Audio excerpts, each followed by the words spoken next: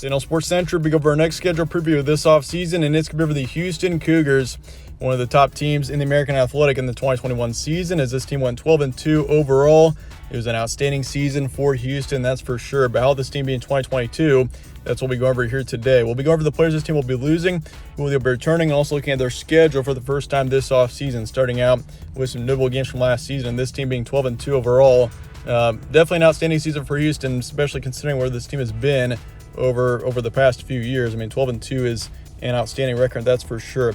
Started out the season with a loss to Texas Tech, lost to them by 17, and it didn't really look like it was going to be a great year after that matchup, but they really played very well down the stretch. And if you look at from October onward, you can see a lot of that. They beat SMU, number 19 team in the nation, 44-37, beat Temple 30-78 to 8, and then beat Memphis, of course. That was a huge win, 31-13.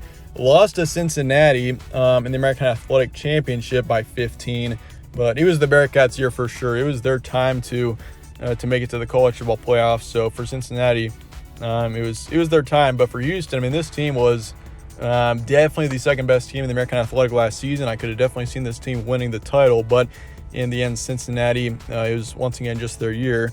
But they did beat Auburn. Houston did beat the Auburn Tigers in their bowl game, 17-13. That was a huge win over a good SEC opponent there. So if you look at the first 7 games, this team was 6-1. Last 7, they're 6-1 as well. So other 2 losses in this season were to Texas Tech in week 1. Obviously a tough loss there, but they also lost to Cincinnati by 15 in the American Athletic Championship game.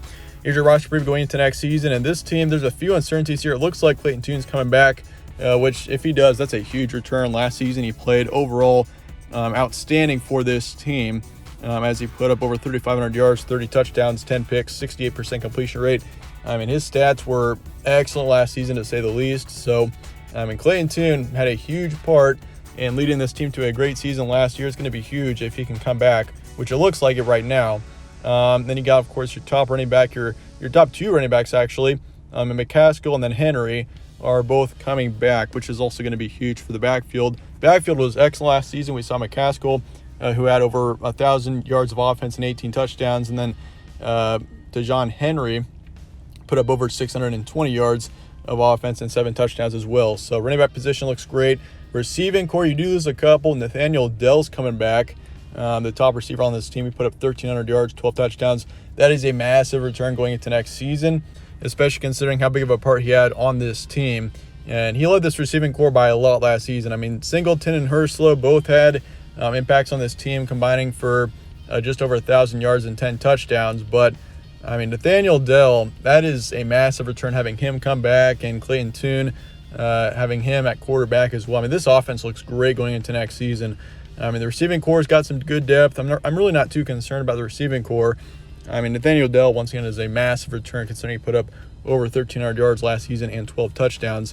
You do lose 1 on the offensive line. You lose 1 defensive lineman, 2 linebackers, and 1 in the secondary. So there are a couple of losses there between the offensive line and some on your defense too. But, this team, returning production-wise, considering how well they did last season, it looks really good going into next year. So, this team, if you're looking at returning production, this team should do fairly well next season.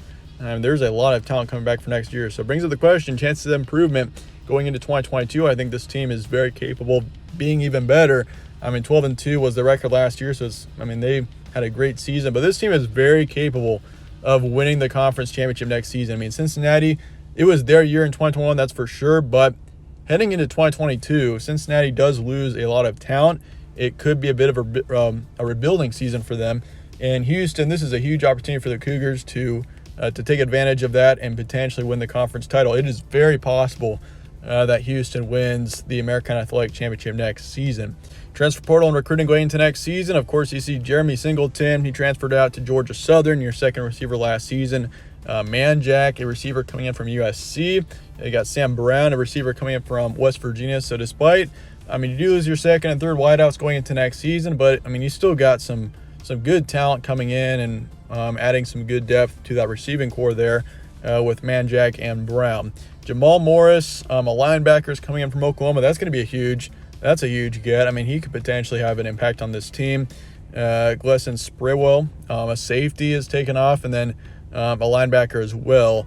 is transferring to Arkansas State. So overall, the receiving core looks good. You got some good depth coming in there with receivers from USC and West Virginia. But transfer portal wise, I mean, this team looks pretty good. Recruiting, this team is ranked 50th as of right now in the nation, second in the American Athletic.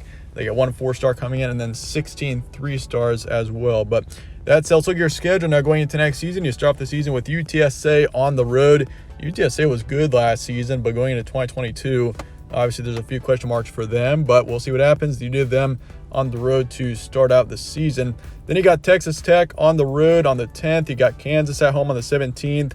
So you play a couple of Big 12 opponents there. Then you got Rice at home, Tulane at home, Memphis on the road, Navy on the road.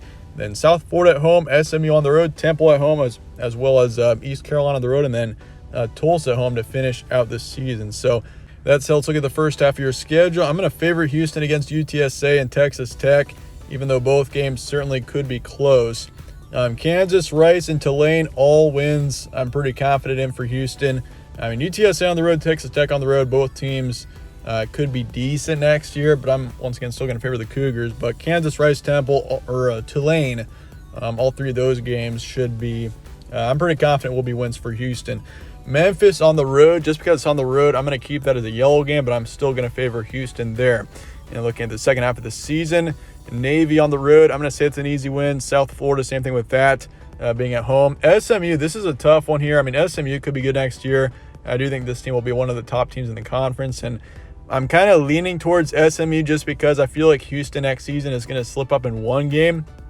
And if it's going to be a certain one, I think it's going to be that SMU game that could potentially trip up the Cougars. But, I mean, otherwise, this team is very capable of going undefeated in the regular season. I mean, they've got potential to definitely make a run here and get into the conference championship game as a 12-0 team. But SMU, I'm going to favor SMU in that game right now, but certainly it's close. And then Temple, easy win. East Carolina, Tulsa, both are going to be close, but I'm going to favor Houston for right now. So record projection, 10-2 to 12-0. I honestly could put 11-1 to 12-0, but just because with Houston and a couple of key losses potentially, I mean, this team could take a couple losses, but I do feel pretty comfortable saying that Houston's going to get at least 10 wins next year. I mean, the way that this roster looks, I mean, the return production looks excellent. I mean, I can't see a reason why this team would be bad next season. But that's it. Let me know your thoughts and comments below on this team, and I appreciate you guys watching as always. Stay tuned for more from All Sports Central. Catch you on the next one.